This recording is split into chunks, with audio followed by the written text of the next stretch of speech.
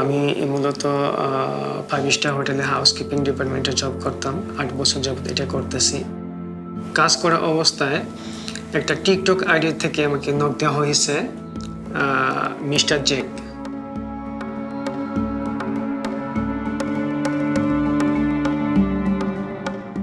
দালাল বলছে যে তোমরা ওই জায়গাতে যাবা, আমাদের রিসিভ করেছে, আমাদের লোক আছে, তোমাদের কোনো সমস্যা নাই, যে পৌঁছানোর সাথে সাথে তোমাদের পরের দিন বা 2 দিন পরে তোমাদের কাজ দেব।